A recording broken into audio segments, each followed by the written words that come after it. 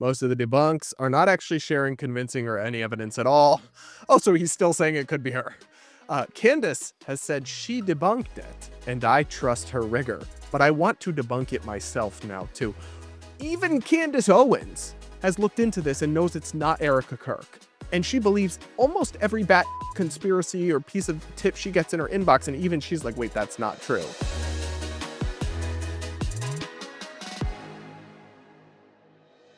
More insane crap spreading like wildfire on the internet, getting millions of views, but having literally no basis in reality and being totally debunked. But of course, that gets a fraction. And this time it's coming from big name influencers, including Ian Carroll, who you might not be familiar with, but he's good friends with Candace Owens and guest hosted her show for a little bit. Well, I think she was on maternity leave or something like that. And he's also been featured on Tucker Carlson's show, I believe, and on Joe Rogan. Yet he is a crazy person, totally untethered from reality and totally reckless with his platform, spreading to millions of people, obviously false claims, very easy to check that they're not true, lying about and potentially defaming Erika Kirk, who is, of course, Charlie Kirk's widow, and become, for whatever reason, an incredibly controversial figure. Like, I'm not here to say she's done nothing wrong or nothing is a little off about her or anything like that. I just don't think she killed her husband or secretly was a human trafficker for Jeffrey Epstein. And that's actually what they're suggesting openly to millions of people based on obviously factually incorrect information. And then they play dumb like they never did that. So I saw this when I was on my trip, and I saved links to Ian's tweet and everything in my notes where I track subjects I might talk about. And of course, when I went there today, they're deleted. And I hope you're in touch with your lawyers. I don't know. I hope you have a law firm ready to represent you, because if I was her, I'd sue your.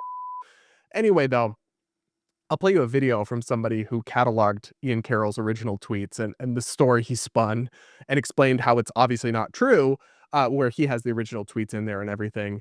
And then I'll show you how Ian is trying to walk this back, but babe, it's too late. It's way too late. And your walk back is not really a walk back at all.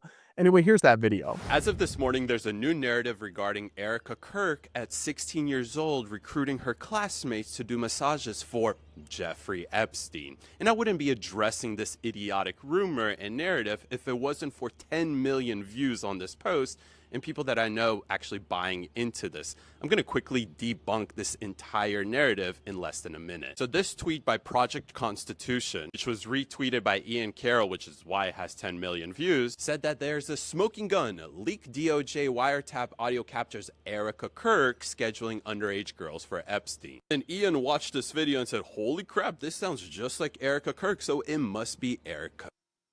Yeah, so here's the original tweet that he's now deleted. He wrote, holy this sure sounds like Erika scheduling girls for Epstein, and it's in an FBI wiretap, so that should mean they knew. It's so on the nose, it's hard to believe.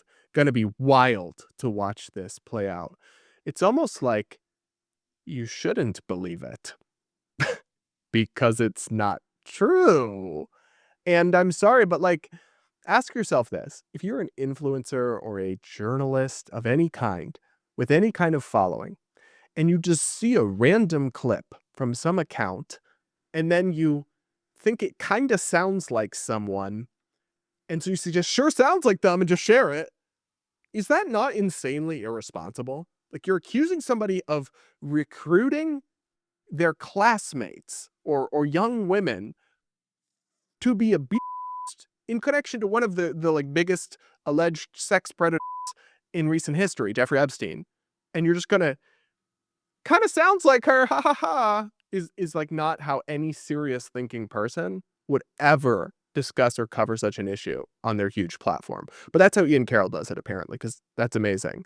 And yeah, we'll keep going here. And he does a good job.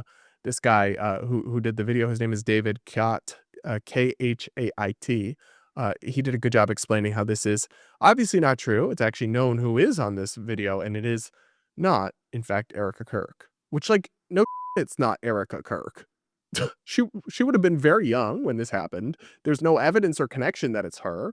It sounds like her a little if you listen to the clip, but it could sound like it could be lots of women who have a certain inflection. It's like extraordinary claims are supposed to require extraordinary evidence, and you're supposed to actually have some reason to believe it would be Erika Kirk, not just assume as part of this feverish online obsession hate campaign against her that it must be her because everything bad in the world Erika Kirk is somehow connected to.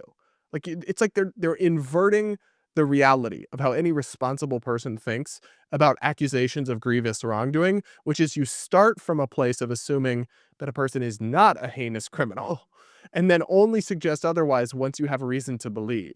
They seem to just like throw out these accusations and then be like, and explain why it's not true if it's not. And it's like, that's not actually decent or serious. But I guess that's par for the course for a lot of the influencers these days. We'll keep it going here and listen to the rest of the video. This is the funniest part. If you're going to say that this is a leaked audio file, you probably shouldn't attach the official DOJ, official government website to Yeah, that that's not what audio leaks. file. All it That's takes not a is leak. just 1 minute to find out who's actually speaking on that audio file, and that name is Haley Robson. Haley was 16 years old, living in Florida at the time that Epstein contacted her and forced her to start to recruit her classmates in order to come over and do you know what. Haley has spoken about this numerous times, whether on Capitol Hill, on CNN, and obviously when your tweet goes viral, you have to clarify that this post is my personal opinion and my interpretation. This is hilarious. This Project Constitution guy. Because what better way to honor the Constitution than just like randomly defame people? He spread this lie where he said it's Erika Kirk. In his original post, he didn't even leave the like at all wiggle room that Carroll did. But this original guy, he just adds a tweet where he's like, disclaimer, this post is just my personal opinion. That's not going to stop the lawsuits, bro. It's absolutely not. You can't do that. You can't be like, make insane defamatory statement, then add a follow-up, be like, this is just my opinion, so I can't be sued. Narrator, he can still be sued. All right, let's keep going here. And that doesn't matter because the original narrative is already set. You have major conspiracy theorist Ian Carroll already propagating that narrative, and they're not going to stop. I know you think that this is stupid, but the reality is that millions of people are actually buying into something that has zero objective evidence for. That's a big problem, and he's absolutely right about this. That people are like, oh, I think I saw maybe Michael Knowles, maybe I'll discuss this, say like, oh, this is just podcast drama. And I'm like, it's really not. You're actually talking about the wife of somebody, a target of a political assassination, the wife of somebody who now leads one of the biggest political organizations in the country, beefing with podcasters, spreading accusations about with international ramifications and heinous that these same people, and I don't judge them for this because I do lots of silly fluff content too, but they'll like react to woke moments from the Oscars. But they're like, but I'm not going to indulge podcast drama about Erika Kirk and stand up for my friend. It's like, I do react to woke TikToks, but I'm not going to, that's just, I'm not going to feed into that. That's just podcast wars. They just don't want to talk about it because they don't want CANDACE Owens fans to be mad at them. They don't want these accounts to come after them, or they want to stay on good terms with these people. They talk about things that are, I'm not saying that like defending Erika Kirk's honor is the most important story in the country right now, but it's like, obviously we're at war, there's economic issues, there's all sorts of stuff, but it's not like totally unimportant that millions of people are falling for total fake news and ruining the life of this widow. Yeah, that's like, it's not like an irrelevant drama either. And it's certainly a lot more relevant than a lot of the things that entertainment political podcasters, myself included, regularly talk about. So trying to dismiss it as like podcast drama is a total cop-out. If you hear anyone say that, you should know exactly what's going on. They are afraid of angering people, or they want to stay on the good side of audiences. It's not actually because they don't think it's important enough to talk about, right? Because trust me, we all talk about stuff that's not that important sometimes, far less important than this. Anyway, here is Ian Carroll's attempt to do damage control after his post about this blew up and he got so much backlash. Ian writes, woke up to the world ending over this tweet, so here's some clarification. Read it. Did not say it was Erika or confirmed or anything. I actually explicitly said that would be hard to believe. Most of the debunks are not actually sharing convincing or any evidence at all. Oh, so he's still saying it could be her. Candace has said she debunked it, and I trust her rigor. but I want to debunk it myself now, too. Even Candace Owens has looked into this and knows it's not Erika Kirk. And she believes almost every bat conspiracy or piece of tip she gets in her inbox. And even she's like, wait, that's not true. And you're still like holding out possibility. It's like, you've lost the plot when your conspiracies about Erika Kirk are too crazy for Candace Owens. And I'm sorry, but don't gaslight us. You did suggest that it sounds just like Erika Kirk. And the correct thing to do would have been to not amplify it or spread it at all, rather than share a post which he shared, which does totally explicitly say Erika Kirk recruited for Epstein. And then he says, sure does sound like Erika. You can't just do that and then play all innocent and be like, I never said it was definitively her. I don't think you'd have that same energy if someone said, sure does seem like Ian Carroll that did this heinous crime.